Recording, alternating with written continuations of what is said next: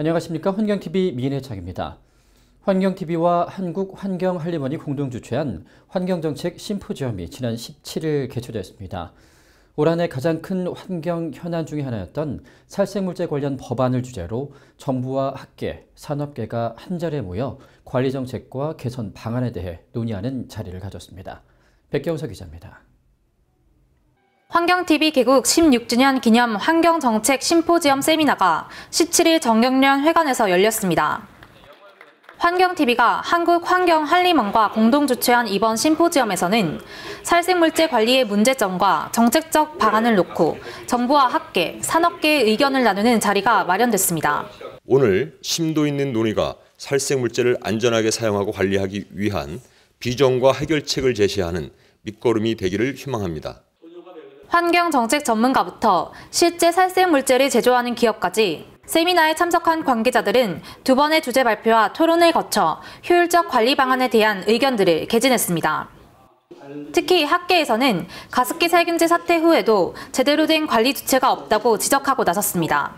살생물제가 다 부처에서 쓰고 있어요. 그래서 환경부, 또 산자부, 농진청, 산림청, 식약처 이렇게 이제 다 이거를 하는데. 이에 대해 환경부는 살생물제법 제정으로 화평법에 사각지대를 보완하겠다고 밝혔습니다. 사용할 수밖에 없는 것이고, 다만 저희가 이 법을 만드는 것은 결과적으로 이 제품을 사용했을 때 어떻게 적정량을 사용할 거냐, 그걸 정해준다라고 저희는 이해를 하고 있고. 전문가들은 산업화학물질과 일상생활화학 제품에 쓰이는 물질이 함께 관리가 되면서 문제가 발생한다고 지적했습니다. 이러한 문제 해결을 위해서는 유럽처럼 살생물제 전 성분의 위해성을 검사하는 제도가 작동돼야 한다고 입을 모았습니다. 가습기 살균제의 피해를 인정하는 첫 판결이 나왔지만 살생물제 관리의 선진화로 가는 길은 아직 멀기만 합니다. 이번 심포지엄을 계기로 살생물제 법안이 솔로몬의 지혜를 얻길 기대해봅니다. 환경TV 백경서입니다. 환경TV는 멸종 위기에 놓인 국내 환경교육의 현실을 3회에 걸쳐 집중 진단하고 있습니다. 그 두 번째 순서로 정부가 고품질 콘텐츠라며 운영하고 있는 환경교육 포털을 찾아봤는데요. 이미 10년이 넘은 교육 자료들로 꽉 차 있었습니다. 박준영 기자입니다. 환경부 법정법인인 환경보전협회가 2008년부터 운영하고 있는 국가환경교육 포털 초록지팡입니다. 10년이 넘은 해묵은 자료들로 가득한 데다 시청각 자료는 전체 20% 정도에 불과합니다. 동영상 자료의 경우 올해 단 한 편도 만들어지지 않았습니다. 시스템 운영으로도 빠지는 부분이 있고요. 운영하는 데서 자문회의를 한다거나 아니면 홍보물을 제작을 한다거나 이런 부분도 있어요. 그래서 그쪽으로 100% 다 3억을 받아서 콘텐츠 제작에 쓴다 이거는 좀 아닌 것 같고요. 현실과 동떨어진 정부의 환경교재 운영에 환경교사들은 대기업에서 만든 환경교육 포털에 의지하고 있는 형편입니다. 지금 현재는 새로운 정보들을 담아야 되는 이제 시대적 필요성에 직면을 하게 됐죠. 그랬을 때 필요한 건 정보를 수집하고 가공해서 이제 새로운 컨텐츠를 제공을 해줘야 되는데. 하지만 시민단체들은 대기업들의 환경교육 자료 역시 시의성에 떨어진 것이 대부분이라는 평가입니다.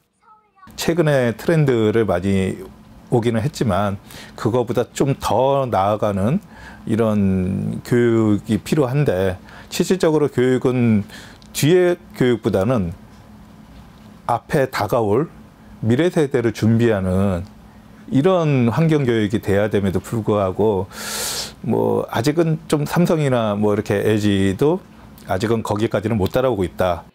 특히 국민의 세금으로 만들어지는 환경교재들은 무엇보다 시시각각 바뀌는 현안에 가장 민감해야 한다고 말합니다. 예를 들어서 공기 문제다, 대기의 문제다 그러면 요새 화두는 미세먼지거든요. 이 미세먼지가 굉장히 그 시민들한테는 굉장히 좀 피부로 다가오는 이런 문제인데 그 보전협회에서 다루고 있는 건 스모그예요. 그러니까 런던 스모그 이렇게 이거는 제가 어렸을 때 배웠던 이런 내용들이거든요. 오히려 지금의 최근에 어떤 두드러지고 있는 환경에 대한 현황이나 그다음에 그런 것들을 활용할 수 있는 교구나 교재나 이런 것들을 만들어야 되는데 너무 많이 떨어져 있다. 환경보전협회의 것들은 이런 생각이 들고요. 환경보전협회의 비효율적인 환경교재 사업 운영으로 환경교육 사업 전체가 갈 길을 잃고 있습니다. 언제까지 밑빠진 독에 물 붓기 같은 방만한 환경교육 사업을 운영할 것인지 학부모들의 눈과 귀가 정부의 입을 향해 있습니다. 환경TV 박준영입니다. 다음 소식입니다. 정부가 2017년부터 3년간 423억 원을 투자해 미세먼지 대응 기술 개발을 추진할 범부처 단일 사업단을 발족할 계획입니다.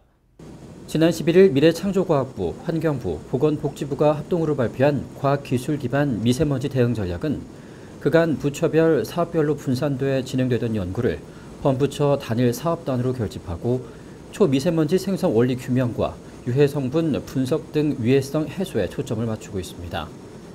이를 위해 정부는 미세먼지 대응 기술에 대한 정의와 분류 체계를 정립하고 전 부처 R&D 정보 공유로 성과를 연계해 중복 투자를 방지하는 등 협업 체계를 구축 운영할 계획입니다. 정부는 종전의 미세먼지 관련 연구가 정책 현안의 보조적인 수단이었다면 앞으로는 과학기술을 통해 정책 수립을 위한 합리적인 근거와 정책 이행에 효율적인 수단을 제공하게 될 것이라고 밝혔습니다. 세계자연보전연맹의 적색 목록집에 자료 부족종으로 등재된 큰귀 박쥐가 북한산 국립공원에서 발견됐습니다. 1928년 국내 서식이 처음 보고된 큰귀 박쥐는 지난 2008년 시화우에서 발견된 후 2013년 거제와 창원에서도 목격됐지만 국립공원에서 발견된 것은 이번이 처음입니다. 큰귀 박쥐는 국내의 멸종 위기종으로도 등재되지 않을 정도로 발견이 매우 힘든 종으로 일본 환경성에서는 큰귀 박쥐를 멸종 위기종으로 지정해 보호하고 있습니다.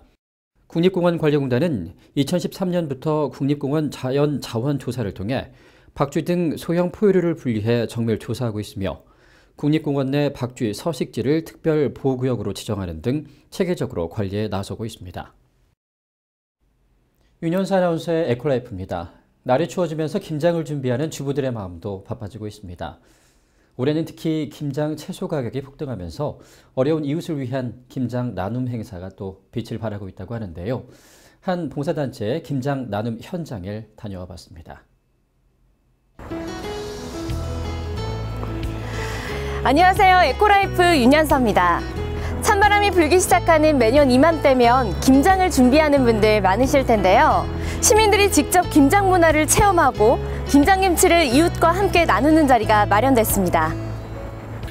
절인 배추 속에 양념을 넣는 손길이 바쁘게 움직입니다.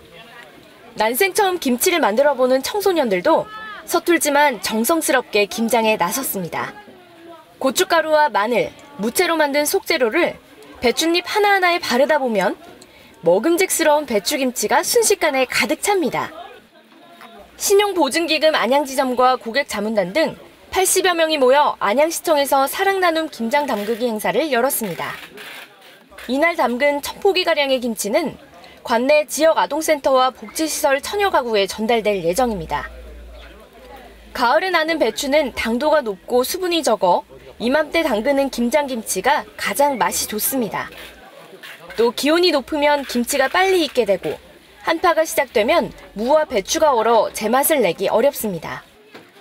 김장은 최저기온이 0도 이하면서 하루 평균 기온이 4도 정도일 때 하는 것이 가장 좋습니다.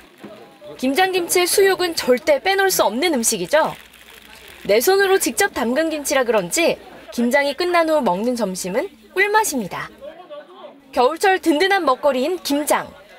모두 하나된 마음이 김장을 걱정하는 주변의 이웃들에게 따뜻한 사랑의 마음을 전하고 있습니다.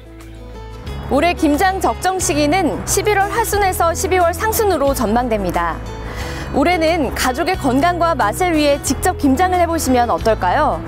지금까지 따뜻한 온정을 느낄 수 있는 김장 나눔 현장에서 에코라이프 윤현서였습니다. 위클리 포커스입니다.